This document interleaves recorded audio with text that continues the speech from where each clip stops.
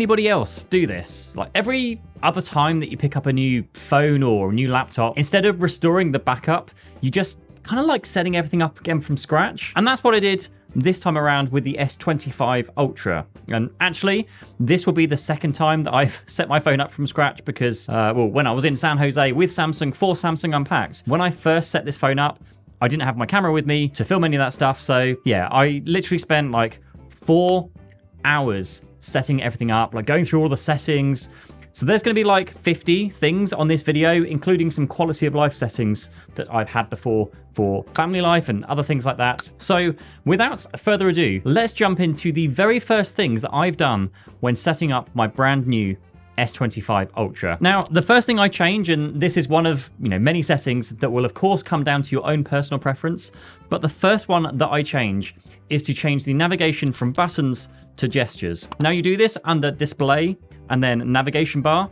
And as someone who's coming from an iPhone, this just makes switching between devices really seamless. But if you do like the buttons, of course, then keep the buttons. And by the way, if you are coming from an iPhone, then I am actually working on a guide to, I guess, call it the definitive guide to moving everything from an iPhone to an Android phone. So yeah, please subscribe if you want to see that one when it gets posted on the channel. Now, whilst we're in here, the other one to check here is in the screen resolution settings. Now, by default, it's not actually set to the highest quality settings. And because that display is really beautiful, Samsung displays are one of the best in the market, it is nice to make the most of it to bump that up to the highest resolution. But if you do notice it impacting your battery life, then this is one that you could leave as it is.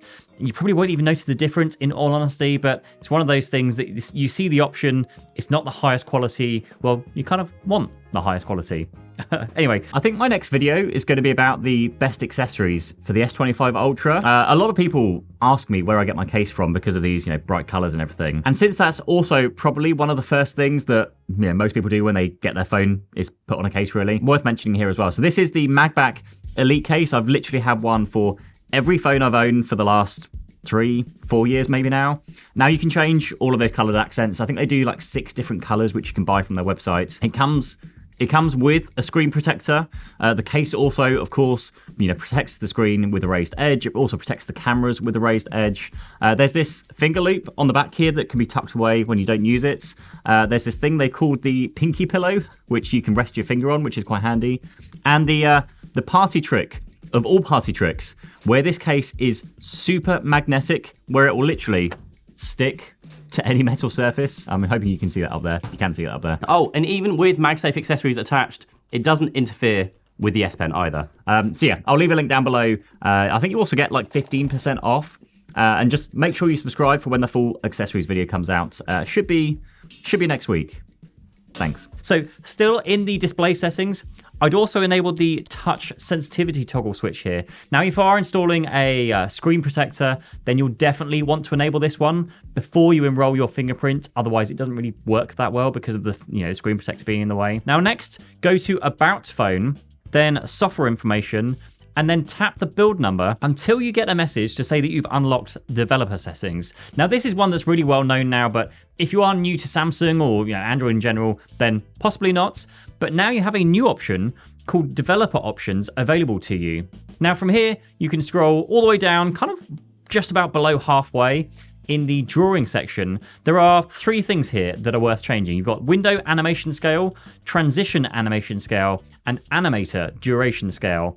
And then by changing these from the default 1x to 0.5x, it makes your phone really snappy and responsive. Like honestly, this setting alone is what makes an iPhone feel really slow to me when I go back to it, because you have to wait for this, very pretty, I'll give them that, but really slow animations that, have to play out each time. So yeah, this for me, absolute must change. Now next up, and really before doing anything else, head into your settings, software updates, and tap download and install just to make sure your phone is on the very latest software. I've just had a few issues before where it hasn't been, so things haven't quite worked properly. And then once you've done that, also head into 2 other places and do the same thing. Now, firstly, you want to go into the Google Play Store, tap your profile picture, manage apps and device, and then in here, check if any updates are available. And of course, if they are, tap update all. And then secondly, open up the app called Store. Now, this is the Samsung Store.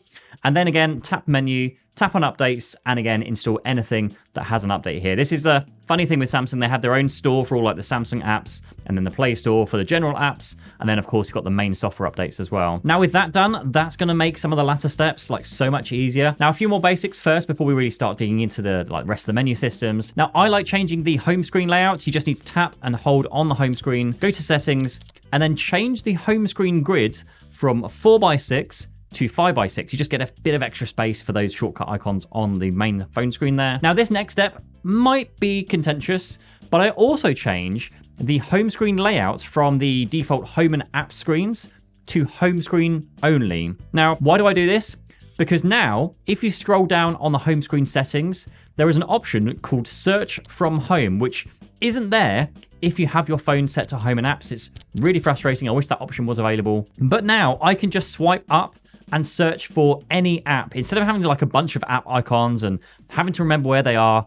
I guess I've just kind of had that drilled in with me using Mac for so long that you just use Spotlight to search for whatever app you want. It just feels so much faster to do that this way and like way more organized, less mess, less icons. Now, of course, if you don't like it that way, switch it back to home and apps and just use that instead. Okay, so the next step for me is to add my other accounts onto my phone, since when going through the setup, I only normally sign into one account. Now, I actually have quite a few. I have work accounts, personal accounts, accounts that I share with others. And then I basically sign into all of the other accounts I want to have on this phone. Now, once that is done, we're going to kick off installing all of our missing apps. And whilst they're installing, we can then go through a few of the other settings as well. So to do this, still in the Play Store, tap the profile picture again, then manage apps and device, then go to manage at the top, tap this device, and then you can either tap not installed to see a list of all the apps that you've previously downloaded but aren't installed on this phone, or you can tap other phones that you might already own, maybe your old OnePlus phone that I was using last week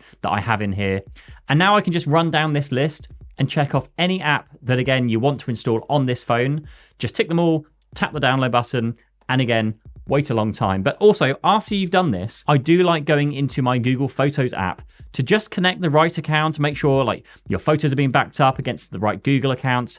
Again, so you just tap your profile picture, tap on backup, and make sure it's been backed up here. Now, one of the most annoying things about setting up a brand new phone is having to sign back into all of your apps again. Like, I swear, that step alone can take over an hour. So one of the first things I do is install a password manager, and thank you so much to Keeper Security for sponsoring this portion of the video.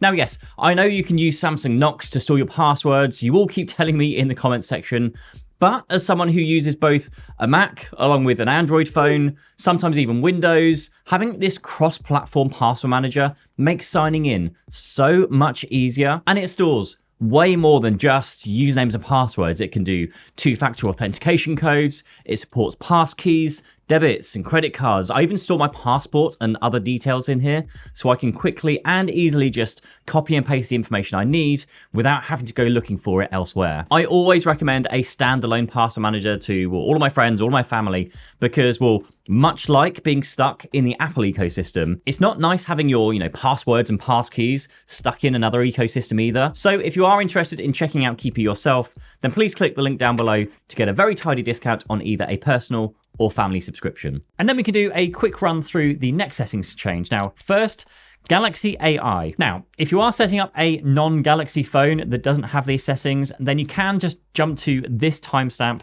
down below just to skip this part. But in here, it actually looks like this is just a list of all the, AI things that your phone can do. But at least for me, when I checked through each of these, many of them were actually switched off by default. So it's worth checking this for you, and depending on the features you want.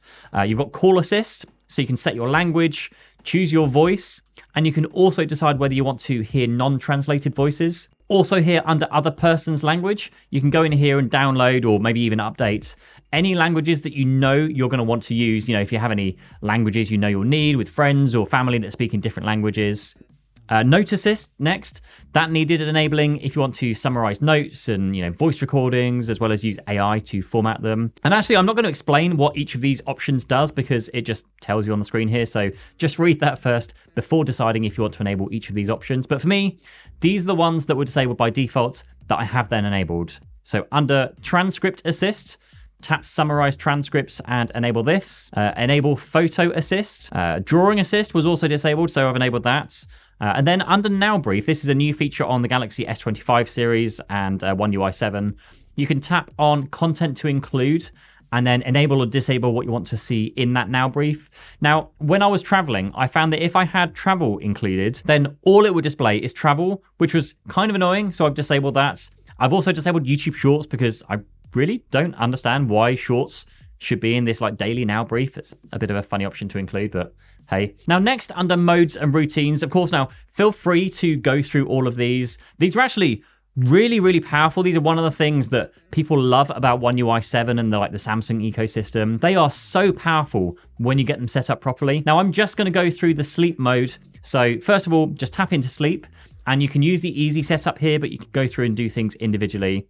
But here, you can set up your usual sleep and your wake times. You can also set up other options, such as enabling Do Not Disturb. You can turn off the always on display. You can turn off your TV or other devices around the home. You can switch on or switch off Samsung air conditioning devices.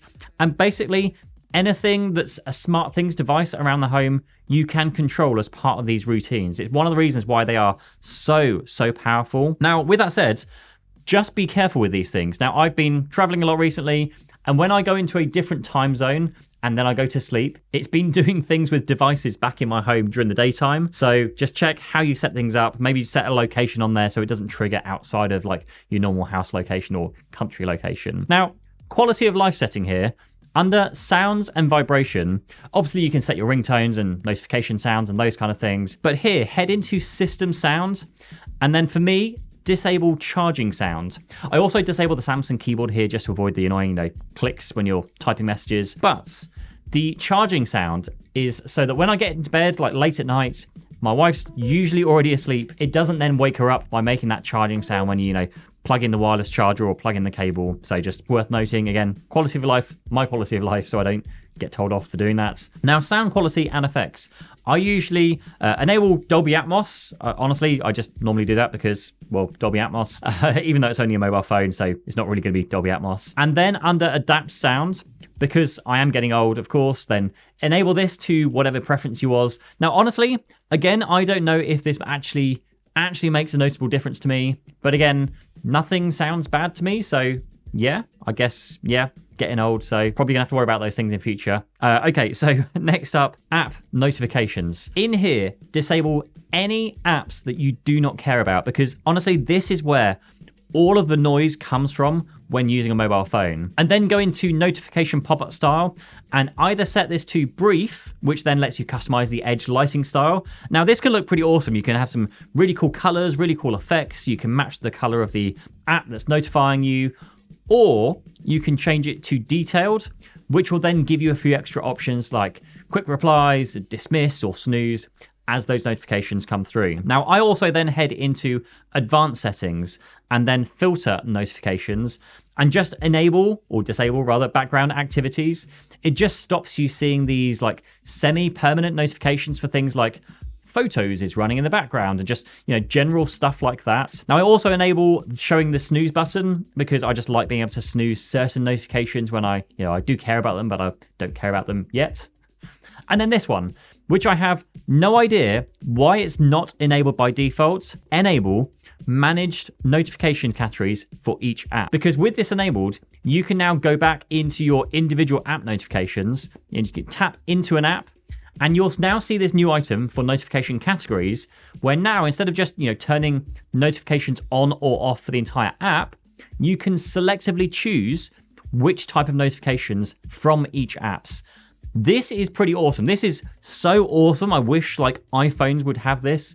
And again, I'm not sure why it's disabled by default, but get this switched on because you can now decide that you want to receive, well, basically only the notifications you care about, for that app on your phone. So well worth doing this one. Now, a few more left now. Under display, go to dark mode settings.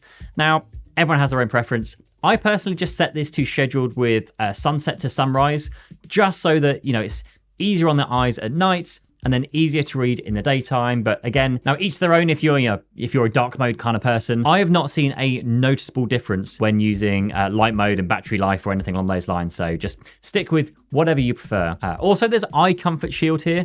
Again, enable this if you wish, Personally, I keep this disabled because I want to see accurate colors, especially when I'm reviewing like video footage late at night, since I'm kind of a night owl. And then under screen timeout, there is a toggle here to keep the screen on whilst looking at it. Really useful because you don't have to constantly tap the screen to, wake your phone up if you're watching videos or what have you. Now, under screen lock and always on display, you can enable the always on display. Again, not sure why it's not enabled by default, but here's where you do it. And then you can go into this and set this up how you like. Now, there are also third-party apps like GoodLock, which can customize this way further for you if you really want to start tweaking with things on your phone, with things such as the always on display. And then there's also the option in here called Extend Unlock, which, if it's safe to do so, can keep your phone unlocked when it's in a safe place, like your home, your work. Can also keep your phone unlocked if it's connected to a known device, like a Galaxy Watch or a Galaxy Ring. And then there's also on-body detection, which keeps it unlocked whilst you are walking.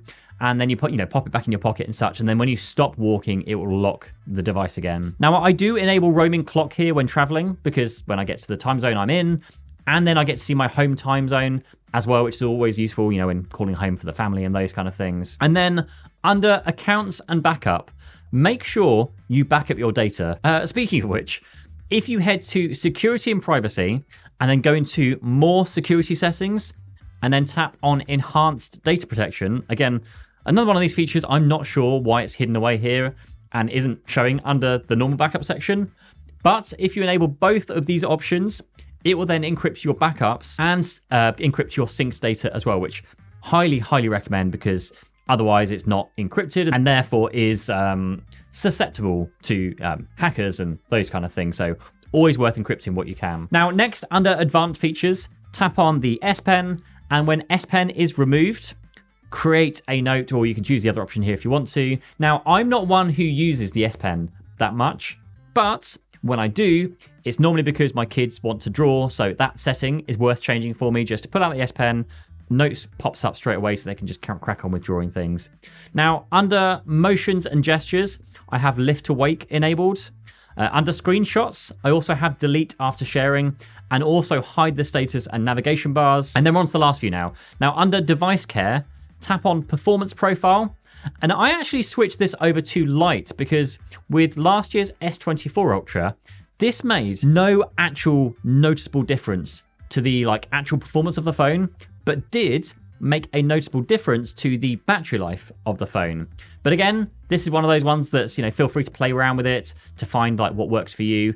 I've had it enabled since I picked up this phone almost a week ago now, and I have not found any issues with battery life and performance or anything along those lines. Back now, then go into apps, then default apps, opening links, and honestly just disable opening links in apps. I always just find it really annoying when it does that. And then you have to then tap on more buttons to open in browser. And it just takes loads of extra time anyway. General management and then date and time. Just make sure this is set to set time zone based on location. This wasn't set for me for some reason. And then with all of those settings, one of the most confusing ones as to why it's not enabled by default is this one. So go into security and privacy, lost device protection, and find my mobile. Now you want to switch all three of these things on first, and then just head back one level and then go into theft protection and then run through these options here just to ensure that they are set up the way that you want them. Likewise, if you have a Samsung Watch or a Samsung Ring, then head into the wearables app and you should be prompted to find it with Samsung Find. So just make sure that you do that also. And that is everything. I hope that's been useful for you. Thank you so much for watching, and I'll see you in the next one. Bye-bye.